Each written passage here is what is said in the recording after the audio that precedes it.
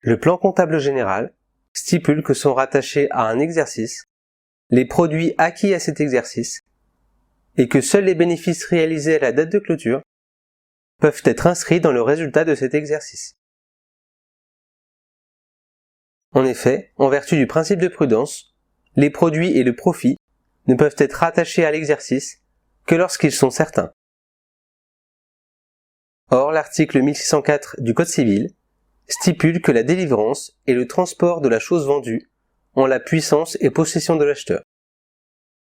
Cela signifie que la délivrance, et donc la comptabilisation des produits, doit se faire lors de la livraison pour les ventes de biens meubles, de l'achèvement des prestations pour les fournitures de services et de la réception des travaux pour ces derniers. C'est à cette date que les produits et le profit deviennent certains et doivent donc être comptabilisés. Quant à l'article 1605 du Code civil, il stipule que l'obligation de délivrer les immeubles est remplie de la part du vendeur lorsqu'il a remis les clés s'il s'agit d'un bâtiment ou lorsqu'il a remis les titres de propriété.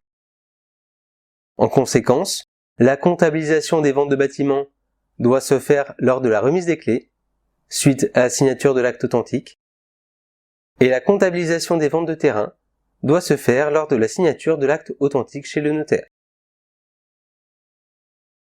Les règles fiscales issues des dispositions du 2 bis de l'article 38 du Code général des impôts sont semblables aux règles comptables.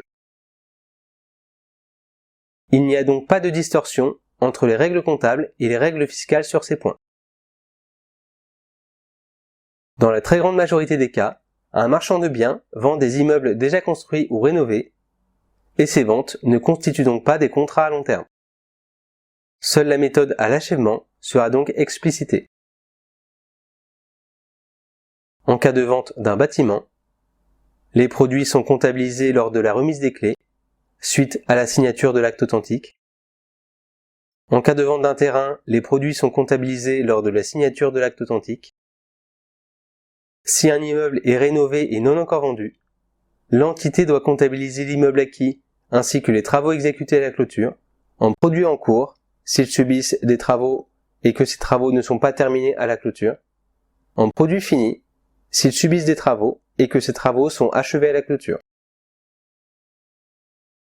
Selon l'article L262.1 et suivant du Code de la construction et de l'habitation, le contrat de vente d'immeuble à rénover concerne toute personne qui vend un immeuble bâti ou une partie d'immeuble bâti à usage d'habitation ou à usage professionnel et d'habitation ou destiné après travaux à l'un de ces usages, qui s'engage dans un délai déterminé par le contrat à réaliser directement ou indirectement des travaux sur cet immeuble ou cette partie d'immeuble, et qui perçoit des sommes d'argent de l'acquéreur avant la livraison des travaux.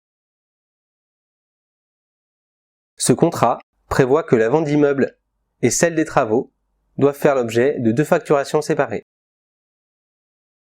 En conséquence, en cas de vente d'immeuble dans le cadre d'un contrat de vente d'immeuble à rénover, la vente de l'immeuble existant doit être comptabilisée en produit à la remise des clés. Cependant, si aucun travaux n'a encore été exécuté à la clôture, alors l'entité ne comptabilise ni produits ni travaux en cours concernant les travaux à réaliser. Si l'immeuble a été livré et que les travaux ont débuté sans être achevés à la clôture, la vente de l'immeuble doit être comptabilisée en produit lors de la remise des clés, mais aucun produit ne doit être comptabilisé concernant les travaux. En revanche, l'entité devra comptabiliser des travaux en cours à hauteur des travaux exécutés à la clôture. Si l'immeuble a été livré et que les travaux ont été réceptionnés par le client à la clôture, alors l'entité devra comptabiliser l'immeuble et les travaux en produit à la clôture.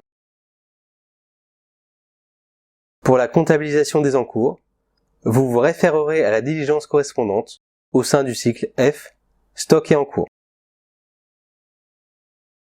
Vous joindrez au dossier de travail une feuille de travail détaillant la liste des immeubles et travaux vendus dans l'exercice et leur prix, et faisant apparaître le rapprochement entre le chiffre d'affaires des biens vendus et le chiffre d'affaires comptabilisé.